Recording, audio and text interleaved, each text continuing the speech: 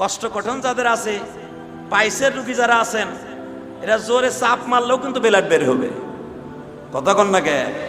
পায়খানা যে ক্লিয়ার হওয়া কত বড় নেয়ামত, যার পায়খানা করা আমার ওই আল্লাহর ওলি ভাই জানেন। এই যে বইয়া কুতা কুতি 1.5 ঘন্টা ধরে ওদারে পুতের বউ কুতায়, আব্বা বাইরেন না কা, আপনার বউ যে কুতায় বাইরেন না কা, কি হয়েছে? বাথরুম তো একটা, ফ্ল্যাটে বাথরুম তো 2টা না। আপনি যে 1.5 ঘন্টা বলে ওখানে বসে নিরিবিলি হিসাব করতেছেন, আপনি তো হিসাব করতেছেন, ওখানে যে ব্যায়াম করতেছেন, ব্যায়াম কাজ হয় না। এই জন্য তো নবী দোয়া শিখাইছে। আপনি কি ভাবতেছেন? গুফরানাক আলহামদুলিল্লাহিল্লাযী আযহাবা আন্নিল, আল্লাহ যেই কষ্টে ছিলাম, যেই গ্যাস, পুরো গ্যাসের টাঙ্কি পেটের মধ্যে ছিল এত সময়, আযহাবা আন্নিল আযা ওয়া আফানি, তুমি ওই গজব থেকে আমারে বাঁচাই দিলা বাথরুমের রাস্তা দিয়া। সুবহানাল্লাহ কইতে পারলেন না? কি পড়ছেন দোয়ার মধ্যে? আল্লাহ যেই ট্যাঙ্কি এত সময় ঘুরছি, 10 বারে খাওন পেটের মধ্যে, আম কাঁঠাল লিচু বেল আম কদবেল সব পেটের মধ্যে, সব গ্যাসকে তুমি ক্লিয়ার করে দিছো। কি বললেন দোয়ার ভিতরে? দেখছেন, গুফরানাক আলহামদুলিল্লাহিল্লাযী আযহাবা আন্নিল ওয়া আযা আফানি, আমারে একবার আসান করে দিছো আল্লাহ তুমি।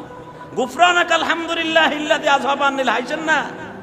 কি কইছেন দোয়ার মধ্যে বাইরে? আল্লাহ, ও আল্লাহ আমারে মাফ করে দাও তুমি। তোমার প্রশংসা করে আলহামদুলিল্লাহিল্লাযী আযহাবা আন্নিল, আল্লাহ তোমার মতো বড় আর কে হইতে পারে যে এই গজব দিয়ে আমারে বাঁচাইছো। কি কষ্টের মধ্যে ছিলাম।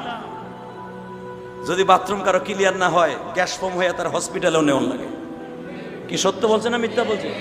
এই দোয়াটার অর্থ তাই, যখন আপনি এই দোয়াটা পড়লেন, ঢোকার আগে পড়লেন, জীবনে কোনোদিন আপনার কষ্ট কঠিন হবে না, জীবনে বাথরুম আপনার কোনোদিন কষ্ট হবে না, আল্লাহ আসানের সাথে করে দিবেন।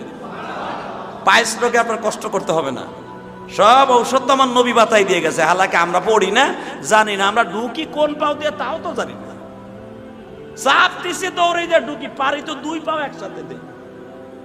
রসুলের হাদিস নিয়ম মাইনা চলবেন, জীবন সুন্দর হবে। মান হাব্বা সুন্নতি ফাকাদ হাব্বানি ওয়া মান হাব্বানি কানা মাই ফিল জান্নাহ, যে ব্যক্তি আমার সুন্নাতকে আসানির সাথে আমল করবে সে আমার সাথে জান্নাতে যাবে, তার দুনিয়া অশান্তি আখিরাত অশান্তি। সুবহানাল্লাহ বললেন না?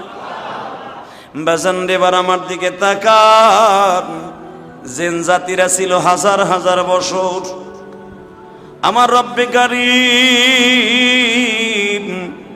5 থেকে 7,000 বছর পৃথিবী কোনো কিছুই ছিল না, শুধু পানি আর পানি। কাবাঘরটা যেখানে দেখতেছেন, এখান থেকে আমার আল্লাহ জমিন বানানো শুরু করলেন। কাবাঘরটা যেখানে, প্রথম কাবাঘরের এই ভিটিটাকে আল্লাহ সাবানের ফেনার মতো বালি দিয়া আল্লাহ একটা ভিটি করলেন। ওই ভিটিটাকে দেখবেন বালু কিন্তু প্রথম ডেজার্ট দিয়ে এক জায়গায় পড়ে, এরপরে পড়তে পড়তে সব জায়গায় নদী সহ ভরিয়ে যায়। ঠিক ওইটা হলো ডেজার্টের মাটি, কাবাঘর। প্রথম ওখানে আল্লাহ জমিনে আজরাইলের দ্বারা জমিনে প্রথম পদার্পণ করেন। ওই ভিটিটার থেকে ভরতে ভরতে ভরতে ভরতে Bangladesh, Pakistan, India, Switzerland, London, যাই বলেন, ইউরোপ, পৃথিবীর যত দেশ বলেন, যেখানে দেশ দরকার আল্লাহ ওখানে দেশ বানাইলেন। যেখানে বঙ্গোপসাগরের দরকার ভারত সরকার, যেখানে ভারত সাগর দরকার, যেখানে আটলান্টিক মহাসাগর দরকার, যেখানে আরব সাগর দরকার, লোহিত সাগর দরকার, সব সাগরগুলো আল্লাহ সাজাইলেন। সাগরের উপরে জমিন সাজাইলেন, জমিনের উপরে আমার আল্লাহ পানির ব্যবস্থা করলেন। সব জমিনে আবার সব ফসল হয় না। সাগরের পারে আপনি গম ধান বুনাইলে জীবনেও হবে না, কথা কন না কে? কক্সবাজারের চরে যাই আপনি পারলে ধান বুনান তো। কোন জায়গা কি গাছ হবে, সাগরের পারে কি গাছ জন্ম নিতে পারে, ওই জমিনের জন্য, ওই মাটির জন্য আল্লাহ ওই বীজ রোপণ করলেন। কোন দেশে কোন ধান ভালো হবে, ওই জায়গার জন্য জমিন আল্লাহ এইভাবে মাটি রোপণ করলেন। আপনি যদি উত্তরবঙ্গে যান, রংপুর যান, নওগাঁ যান, দেখবেন কোন দেশের আম কোন জায়গার মাটিতে সবচেয়ে ফলন ভালো হয়, আল্লাহ ওই জায়গা রেখে দিয়েছেন। আপনি নওগাঁ যাবেন, নওগাঁ সব এই রূপালী আম। রাজশাহী যাবেন, ফজলি আম। রংপুর যাবেন, মালদাই, আরো কত নাম আছে, ল্যাংড়া আছে, লুড়া আছে, কোড়া আছে, কত নাম। কোন জায়গার মাটিতে কোন গাছটা হবে আল্লাহ ভালো জানেন। মিনিকের চাউলের দাম সব জায়গায় হয় না, হইলেও ভালো ফলন হয় না। উত্তরবঙ্গে যাবেন, আল্লাহ ভালো ফলনের ব্যবস্থা করে রাখছেন, কথা কন না কে?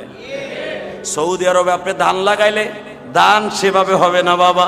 সৌদি আরবকে লালন পালন করবে আল্লাহ রাশিয়ার দ্বারা, রাশিয়া দান হবে সৌদি আরবে খাবে, পাকিস্তানে গম হবে, চায়নায় খাবে, বাংলাদেশে খাবে, ভারতে খাবে। রাজশাহী লিচু হবে, সারা বাংলাদেশের মানুষ খাবে। দিনাজপুর লিচু হবে, সারা বাংলাদেশের মানুষ খাবে। আলহামদুলিল্লাহ কন্যা কে এটা কে সাজাইছে? এক এক জায়গার মাটি কোন জায়গা কি দিয়েছে এই সাজাইছে। এটা পৃথিবীর কোনো বৈজ্ঞানিক সাজায় নাই। যদি সব ফল সব জায়গায় একই রকম হইতো ওই ফলের কদর থাকতো না। আপনি বাজারে যে বলে রাজশাহীর লিচু না দিনাজপুরের লিচু, এটা কনকে কইতেন যে গোপালগঞ্জের লিচু, প্রধানমন্ত্রী এলাকা আমি আওয়ামী লীগ করি, গোপালগঞ্জের কোনটা ওইটা কথা কন্যাকে। বগুড়ার লোক যে খুঁজবে রে বগুড়ার লিচু কোনটা ওইটা দে, আপনি তো তা খুঁজেন না রাজশাহীর কোনটা এইটা হালাকে রাজশাহী দিনাজপুর তো কোনোদিন দুই প্রধানমন্ত্রীর বাড়ি না, কথা কন না কেন? দুইজনের বাড়ি তো দুই জায়গায়, বগুড়া আর হলো গোপালগঞ্জ। আপনি তো গোপালগঞ্জ খোঁজেন না, বগুড়াও খোঁজেন না, খোঁজেন রাজশাহী দিনাজপুরের লিচু। আম খোঁজেন আপনি রাজশাহীর, রূপালী খোঁজেন নওগাঁর। আল্লাহ জানে কোন জায়গা কোন মাটিতে কি দিলে আমার বান্দা সুস্বাদু ফল পাবে, এটা আল্লাহর মেমোরিতে আছে। সব মাটিতে আল্লাহ সব ফল দেবে না, যেরকম মারহাবা। আপনি লাগাইলেও হবে না, লাগাবেন ঠিকই ওই রকম ফলন হবে না। তাহলে সবকিছুর মালিক কে? হ্যাঁ, সিস্টেম কে শিখাইছে? জোরে কন। রসুলের নিয়ম মাফিক দুনিয়া চালাবেন, জিন্দেগি সুন্দর। রসুলের মেবাবাকে চালাবেন না, জীবনটা অসুন্দর। ভালোবাসা দিবেন কাকে? দুই ব্যক্তির জন্য ভালোবাসা রেডি করবেন। কয় ব্যক্তি? দুই ব্যক্তি বলা যাবে না। একজন হলো খালেক আর একজন হলো মাখলুক। খালেক হলো আমার আল্লাহ, ওনার জন্য আপনি ভালোবাসা রেডি করবেন। আর খালেক মাখলুক আমার বিশ্ব নবী, আমার বিশ্ব নবীর জন্য ভালোবাসা রেডি করবেন। আল্লাহ এবং আল্লাহ রসুলকে যারা ভালোবাসবে, আল্লাহ রাব্বুল আলামিন কোরআনে কারিমের মধ্যে বলেন দুইটা ব্যক্তিকে ভালোবাসার জন্য। قل أطيعوا الله وأطيعوا الرسول قل إن كنتم تحبون الله فاتبعوني يحببكم الله ويغفر لكم ذنوبكم والله غفور رحيم। ভালোবাসবা, আমি আল্লাহর অর্ডার, প্রথম ভালোবাসবা আমাকে, আমার ইত্তেবা করবা, এরপর আমার নবীর ইত্তেবা। আমার নবীর ইত্তেবা যাদের ঠিকানা আছে, যার অ্যাকাউন্টের মধ্যে আমার নবীর ভালোবাসা আছে, তার অ্যাকাউন্টটা ভরপুর। আল্লাহু গফুরুর রহিম। তার মাফ চাওয়ার জন্য কোনো মাজারে যেতে হবে না, কোনো পীরের কাছে যেতে হবে না, কোনো হুজুরের কাছে যেতে হবে না। ভালোবাসার অ্যাকাউন্ট তুমি ঘরে বসেও খুলতে পারবা। আলহামদুলিল্লাহ বলতে পারেন না?